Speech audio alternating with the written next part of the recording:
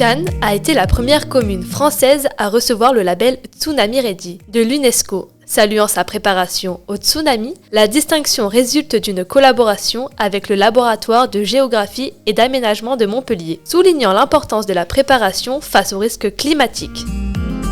D'abord, ça valide tous les process que l'on a mis en place depuis une dizaine d'années pour nous protéger des risques majeurs, et notamment du risque tsunami, qui n'est pas un risque mineur en réalité, même si ce n'est pas celui qu'on identifie en premier. Nous sommes la première ville, vous l'avez entendu, non seulement de France, mais de toute la région atlantique et les mers qui sont liées à l'Atlantique et à la Méditerranée, qui reçoit cette distinction de l'UNESCO, puisqu'on a répondu à 12 critères de protection des populations. Ça s'inscrit dans une philosophie générale de protection aux risques majeurs. Alors on ne peut pas se protéger de tout, il y aura d'autres inondations, il y aura des tsunamis, etc., mais au moins de protection des vies. Et c'est tout le travail méthodique que l'on a engagé ces dernières années à Cannes. Et le fait d'être pionnier, je pense que c'est une bonne incitation, notamment à l'équipe que j'ai la chance d'avoir autour de moi, et bien de continuer ce boulot et d'avoir une reconnaissance internationale et qui met Cannes finalement à la pointe de la lutte contre les risques dont certains sont liés au réchauffement climatique, d'autres sont des risques classiques, j'allais dire, et usuels, est une invitation à continuer dans cette voie de la performance publique. Ça récompense aussi un process qui fait qu'on associe la population à travers des exercices à la protection des risques, qu'ils soient naturels, tsunami aujourd'hui, ou humains, comme par exemple le risque terroriste. Donc voilà, que vous dire de plus, c'est un encouragement à continuer et à bosser pour protéger la communauté. Mais pour obtenir le label Tsunami Ready, quels ont été les critères soumis à la ville de Cannes ? Oui, tout à fait. Alors le nombre de critères est de 12. Ces critères sont regroupés sous 3 grandes bannières. La connaissance du risque, c'est à travers ces indicateurs que l'on va pouvoir quantifier les enjeux qui sont exposés, déterminer la zone à évacuer, la zone de danger, et ainsi permettre aussi de structurer toute la planification de gestion de crise. Ensuite, la deuxième grande catégorie d'indicateurs repose sur les capacités de gestion de crise. Donc au moment du phénomène, comment est-ce que les autorités locales sont préparées pour faire face à la crise, mais aussi à la suite de l'événement, comment est-ce qu'ils vont prendre en charge les populations. Et enfin, le troisième groupe d'indicateurs vise à favoriser la prévention du risque tsunami auprès des citoyens à travers donc des actions de prévention chez les jeunes publics, chez les touristes, auprès de la population locale, mais également incite les collectivités à développer des exercices de gestion de crise en local en associant les citoyens.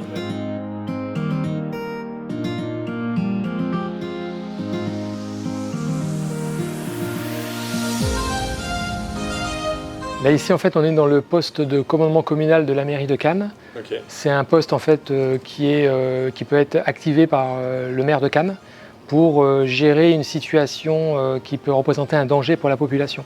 Donc, ça peut être une inondation, ça peut être un feu de forêt ou un tsunami suite à un séisme qui va se produire en mer. Et l'objectif, en fait, c'est de réunir tous les cadres de la mairie de l'agglomération de Cannes avec éventuellement un officier sapeur-pompier pour justement gérer la situation, anticiper les risques, alerter la population et faire en sorte qu'on coordonne de manière efficace les équipes sur le terrain.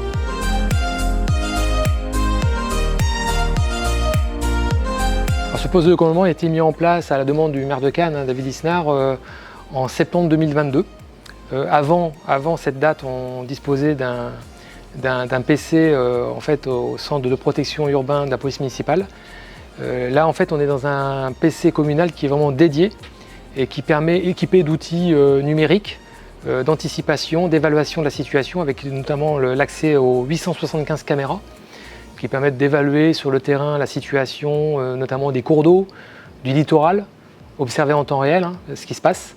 Et on a aussi accès à des logiciels qui permettent d'informer la population, envoyer des messages via Cannes Alert, par le biais de SMS, envoyer des messages via les haut-parleurs, comme c'était le cas ce matin pour l'exercice tsunami. Donc on peut envoyer des messages en français, en anglais, à la population qui est à l'extérieur. et notamment les touristes. Ça c'est important aussi de pouvoir les informer.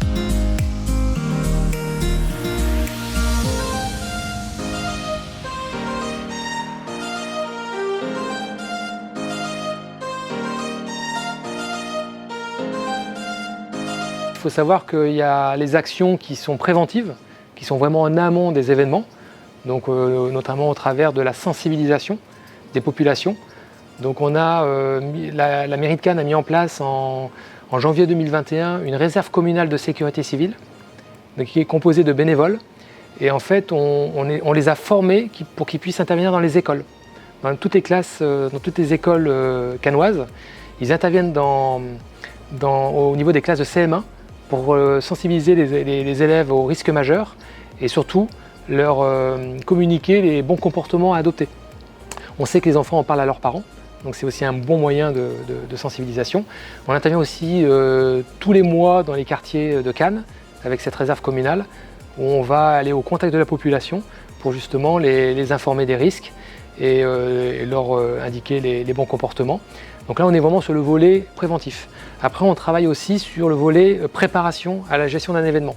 Donc on a ce poste de commandement communal qui permet justement de gérer des situations. Il y a aussi un plan communal de sauvegarde, ça c'est important. Le maire a l'obligation d'organiser, de structurer la gestion d'un événement au travers de procédures.